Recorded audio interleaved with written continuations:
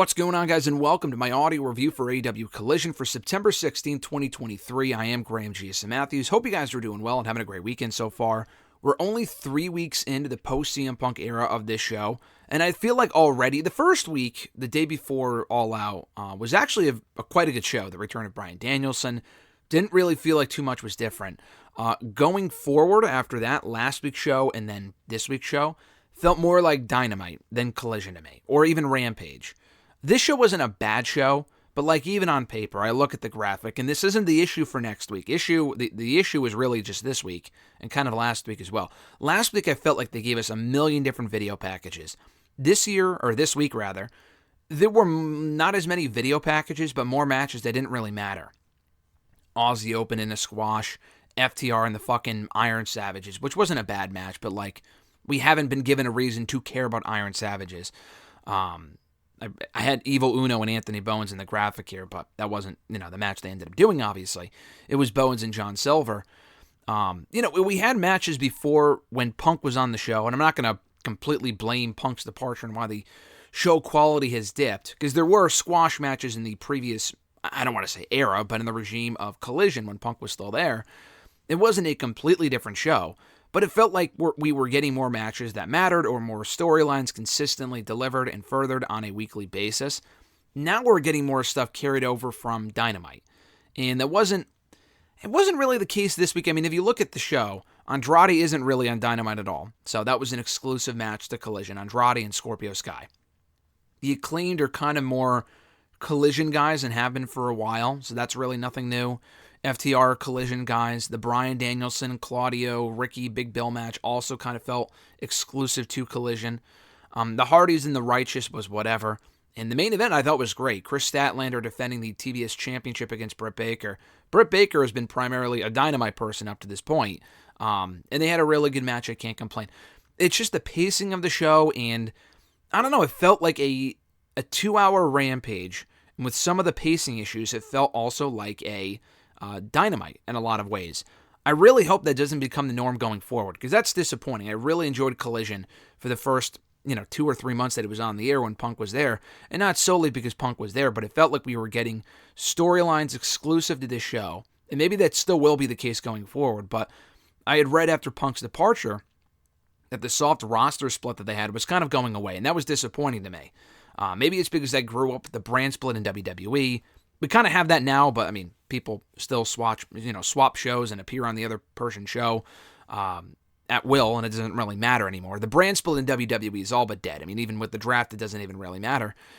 But still, I like tuning into the Saturday show to see people I wouldn't ordinarily see on Wednesdays. Like, we're getting the Elite on fucking Saturdays, and I don't not like the Elite, but like that stuff to me should be kept exclusive to maybe Rampage, but definitely Dynamite. Rampage at this point is a lost cause.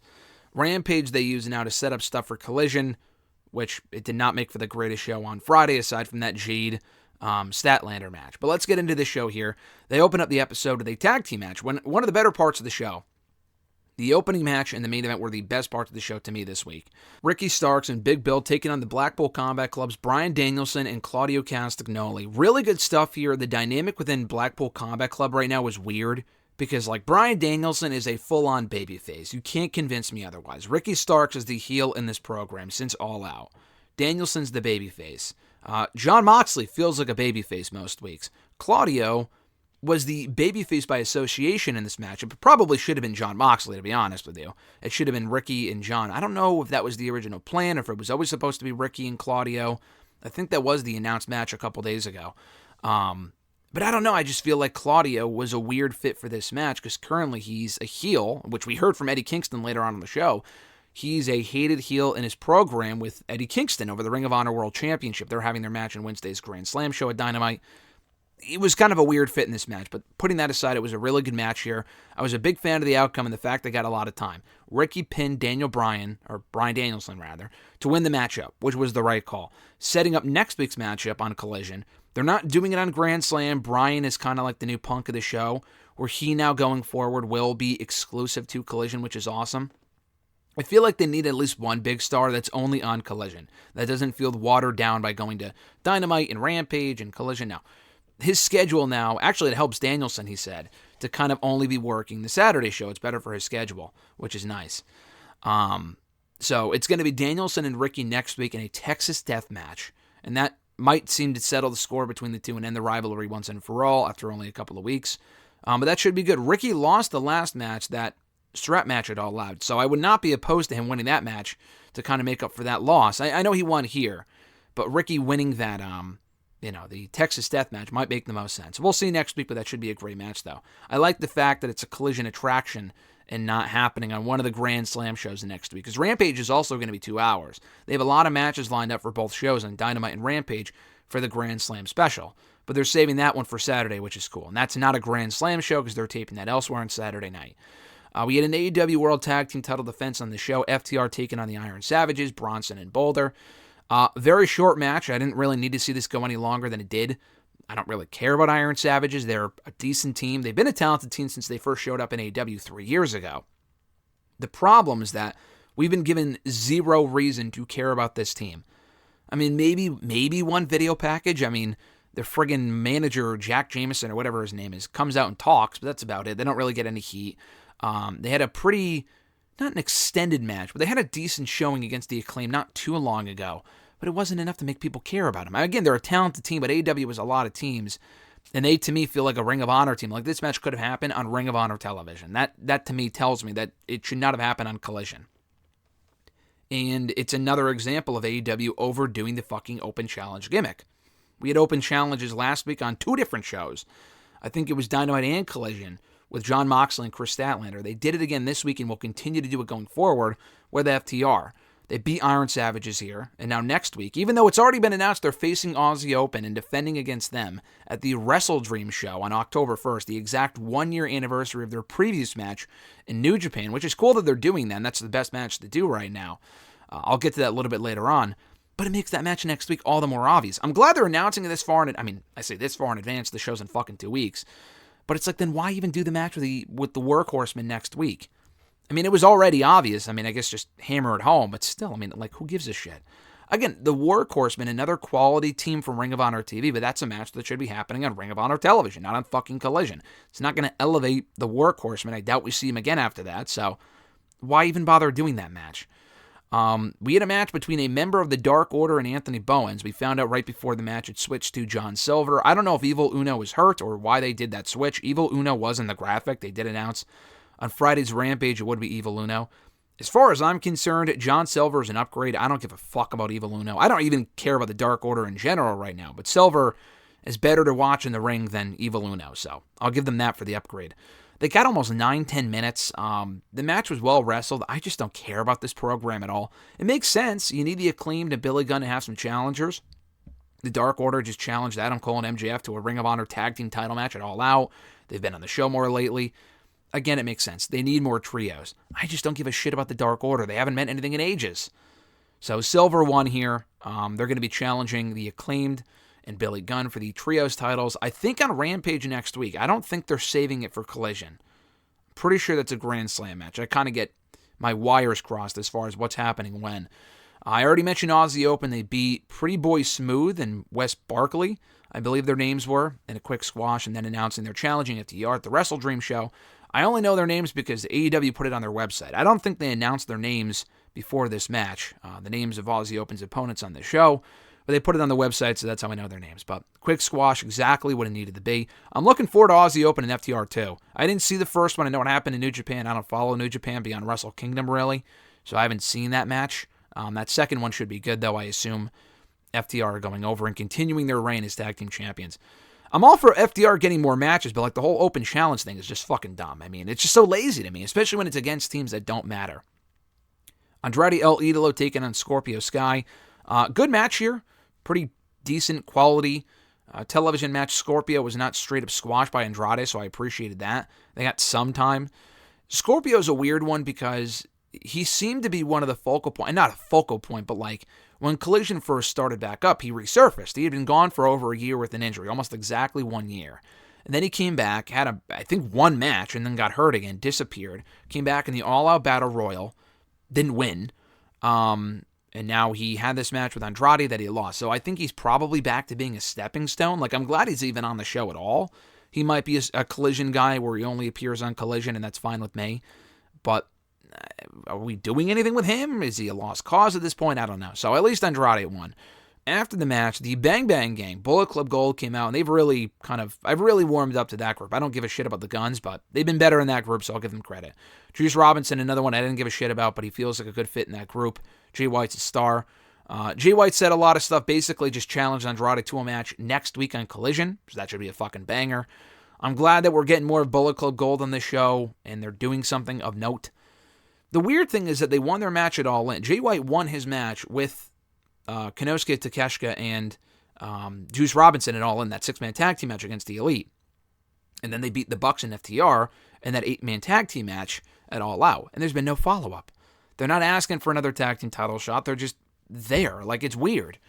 I think they beat a member of FTR in that All Out match, too. So they never even mentioned that they're going back after the tag titles. I don't want another FTR Jay White Juice Robinson match, because that hour-long match they had for the tag titles, or was it 2 out of 3 falls?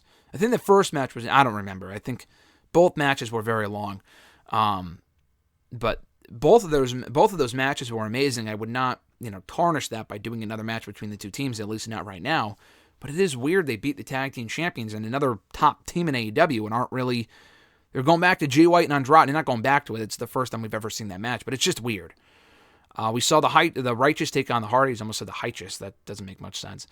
The Righteous is Vincent and Dutch. I like the team a lot. I like Vincent and Dutch.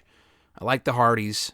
Didn't care about this match. We just weren't given any real reason to care. I guess the Righteous played a part in Matt Hardy's elimination in a battle royal, 3 weeks ago? And then they stood over the Hardys last week. I mean, that was 3 weeks ago, though. Like, why has there not been any progression on that since? I'm glad the Righteous are getting TV time, but this felt like, again, a Ring of Honor match. The Hardys have lost so much since reuniting, it's hard to fucking care. They lost to Aussie Open. They lost to the Guns. I'm sure there was another team. They lost to the Young Bucks a couple weeks ago. They won an 8-man tag team match, rather, on Friday's Rampage. But again, it was a match that didn't really even matter. People didn't care. And it wasn't even just them. It was actually Phoenix that picked up the win for the team, not the Hardys. If they want to build up the Hardys for another tag team title run at some point, which would be nice if Jeff can stay healthy and clean and whatever, then they have to start winning matches. Like, it's not even like they're telling a story here where, like, they continue to lose. Maybe they will tell that story, and they have to kind of work their way back up the ranks. But right now, they're being treated like the friggin' Dudleys in WWE 8-9 years ago when they got brought back. They're a legacy team, but they lose all the time, so it's hard to care. So the match was fine. I'm glad the Righteous won, I guess, but it doesn't really mean anything if the Hardys continue to lose. So we'll see if this turns into a program. Vincent and Dutch got mic time afterward, which was nice. And again, if they want to build them up, that's great, but beating the Hardys does not mean as much as it once did. And then we got to our main event, Kris Statlander taking on Britt Baker for the AEW TBS Championship. Statlander, the defending champion. This was a really, really good match. Statlander got a big, feather in her cap these past 2 days in defending against Jade on Friday's Rampage, and what was also a really good match for the TBS Championship. And then against Britt Baker on Saturday. 2 great matches, won both matches clean. This was Britt Baker's alma mater at Penn State, so she was the fan favorite here. The crowd was behind her. Statlander got booed, but she didn't like she was in the heel role, but she didn't do much to get boos, if that makes sense. It's not like she was like, oh, I'll get heel heat from the crowd. Like, she didn't buy into it. She didn't feed into it, which was good because she's the babyface champion. She earned the respect of Baker afterward by beating her, and the crowd seemed to be happy and cheered Statlander after the match was over. But, it was a really good match. I thought Baker was in there looking good. Statlander's great. I wasn't a fan of Statlander kicking out of 3 consecutive finishers at one point. I thought that was silly. Baker hit a Canadian Destroyer, and then her Angel's Wings, and then she hit a stomp, her second stomp of the match. Immediately pinned Statlander, and she kicked out at 2. I'm like, then don't even fucking do the 3 finishers. I know they were doing it for the near falls, and it did have me convinced that Baker was winning the championship. They did have some suspenseful near falls down the stretch. It was really well done, and good drama, too. But I just don't like the no-selling of the finishers. It's like, at that point, why even do it? They kind of buried her finishers, but again, the match was good. Statlander wins as she should, and then she moves on. I wish this stuff got more time to be built up. I mean, Baker and Statlander, for all intents and purposes, is kind of like one of the biggest matches they can do. The Jade match being thrown away on Rampage was kind of silly, but we know that Jade, her contract is probably up this week, because why else would you not save that for Grand Slam. If Jade's contract is not up yet until like next week or the week after, and they just did it fucking last night for no reason, that's pretty stupid. But I assume they did that for a reason. They didn't even save it for Saturday. Statlander and Baker should have been built up with more time. Maybe we get more matches, I don't know. But as a match, as a standalone attraction on the show, announced 24 hours in advance, it was a really good main event. And like I said, the best parts of the show were the opener and the closer, the main event. Everything else in the middle was fine. And next week's show looks good. I don't give a fuck about FTR and the Workhorsemen, but, you know, the other matches, Andrade and Jay White, we've got, what was the other match? It was that match, and then we had a Ricky Starks and Bryan Danielson. It's going to be Ricky Starks and Bryan Danielson in that Texas Death Match. And then they set up something else as well that I don't remember. But it was those two big matches, though, that I'm really looking forward to next week. That should make it a better show than this week. Which, again, it was fine overall. The crowd was into the show.